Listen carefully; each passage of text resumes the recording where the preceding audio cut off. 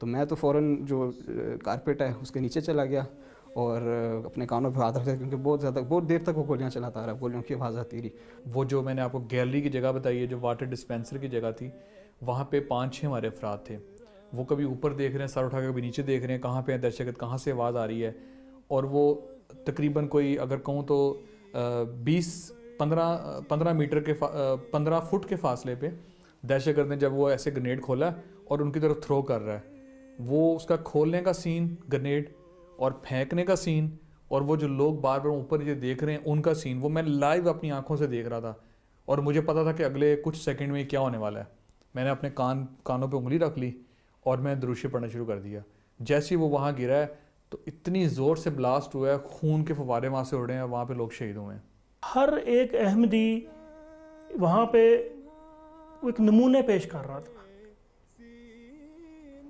لیکن الحمدللہ کسی احمدی کے خوف کا تو عالم تھا ہی, لیکن یہ نہیں تھا کہ خدا تعالیٰ سے کوئی ناراضگی ہو یا یہ ہو کہ ہم خدا تعالیٰ کو یاد نہ کر رہے ہوں. آخری وقت تک جو میرے سامنے ایسے شہید دوست بھی ہیں جو جن کی میں نے سانسیں نکلتے ہوئے دیکھی ہوئی ہیں, وہ آخری وقت تک صرف کلمہ ہی پڑھ رہے ہیں. ہے قادر مطلق یار میرا, تم میرے یار کو آنے دو.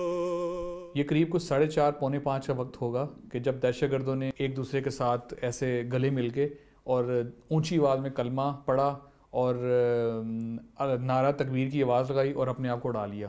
یہ ایک بہت بڑا بلاسٹ تھا, یہ خود کش دھماکہ تھا جو انہوں نے ایسے دونوں نے مل کے کیا, اور ایک ایسی جگہ پہ کیا مسجد کے بالکل ہال کے کارنر پہ آ کے, تاکہ یہ مسجد جو ہے زمین بوس ہو جائے. جب وہ آخری دھماکہ ہوا جس میں اس نے اپنا آپ کو اڑایا ہے, اس کے تقریباً میرے اندازے کے مطابق, میں ٹائم تو نہیں نوٹ کیا, تقریباً آدھا گھنٹہ میں اس اندر ہی رہا, ایسے ہی بیٹھا رہا کہ خوف تھا کہ میں باہر نکلوں گا تو دوبارہ نہ کوئی ہو جائے.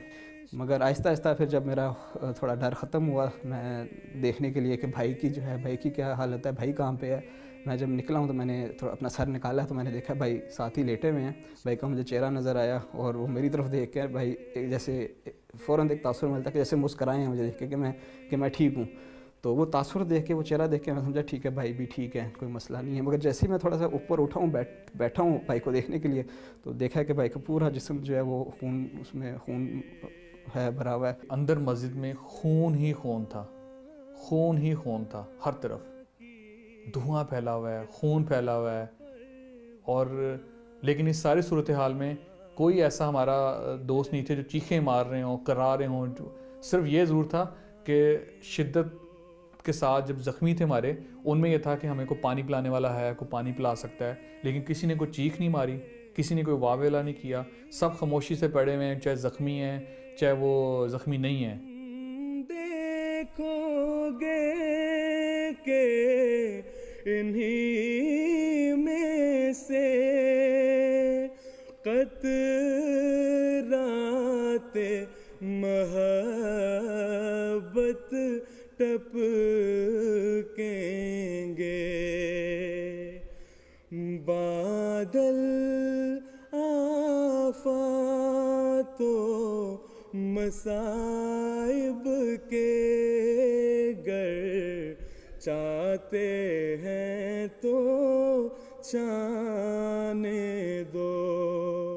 تو بھائی کہتے ہیں کہ میری ٹانگیں جو ہیں وہ سیدھی کرو.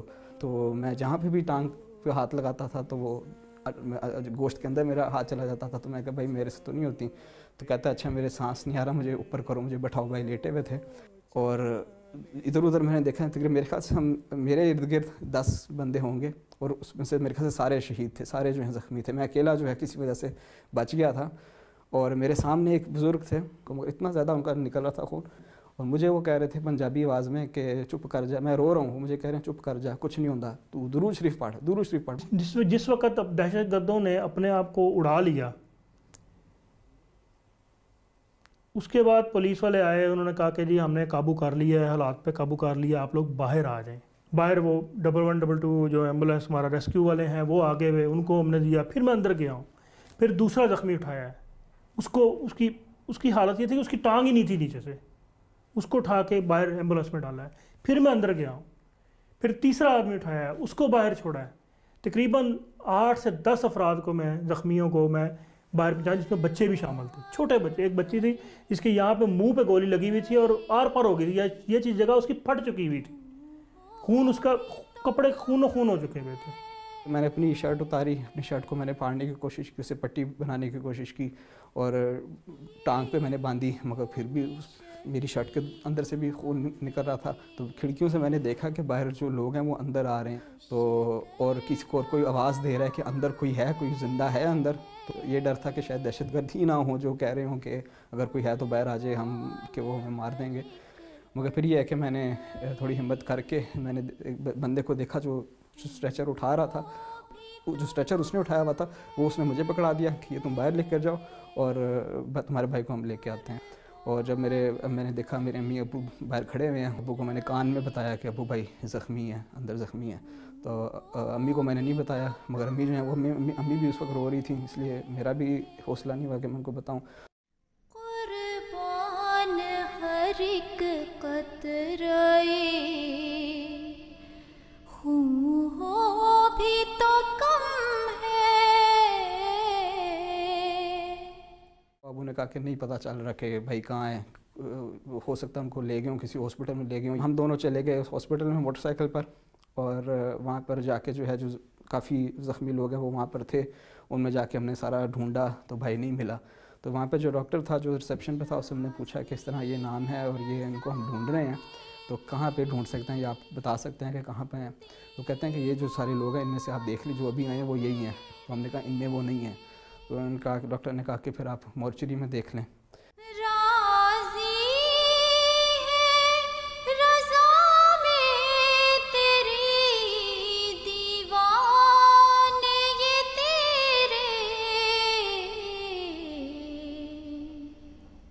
ہم کیوں کہتے ہیں کہ ہم ایک جماعت ہیں؟ ہم ایک خلافت کو مارنے والے ہیں. اس دن میں نے دیکھا تھا زخمیوں کی لائنیں جو تھیں وہ وہاں سے اٹھائی جا رہی تھیں، اور مسجد کے باہر جو احمدی کھڑے ہوئے تھے وہ بیچارے رو رہے تھے. اور اس کے بعد جس وقت یہ تمام زخمی ہسپتالوں میں گئے ہیں، لاہور کا ایک ایک احمدی ان زخمیوں کو ملنے کے لیے جا رہا ہے. عورتیں بھی جا رہی ہیں، لجنہ ہماری جا رہی ہیں، بچوں کو ساتھ لیا ہوا ہے، آؤ یہ دیکھو یہ ہمارے مسجد میں زخمی ہوئے ہیں.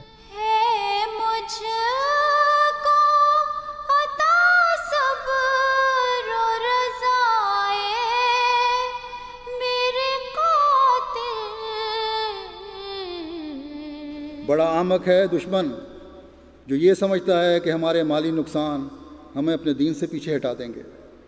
بڑا کم عقل اور خوش فہم ہے ہمارا دشمن جو یہ سمجھتا ہے کہ ہمارے جانی نقصان ہمارے ایمان میں کمزوری پیدا کر دیں گے.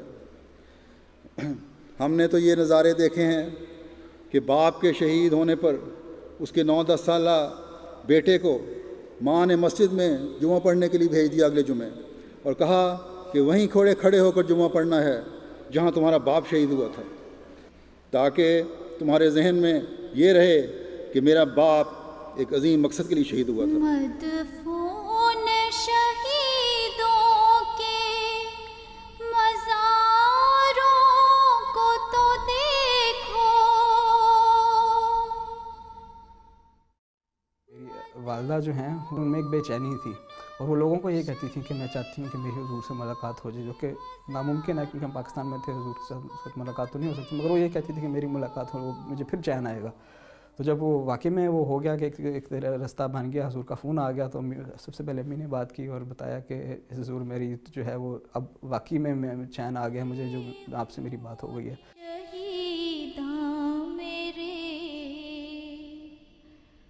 لشکر کا علم ہے. احمدی اپنی گردنیں تو کٹوا سکتے ہیں لیکن کبھی اللہ اور رسول کے نام کی تحقیر اور توہین برداشت نہیں کر سکتے.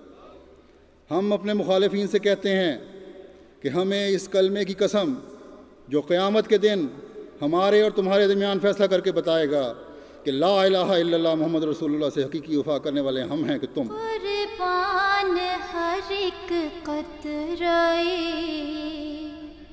خون ہو بھی تو کم ہے،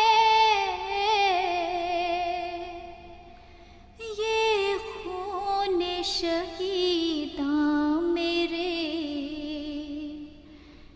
لشکر کا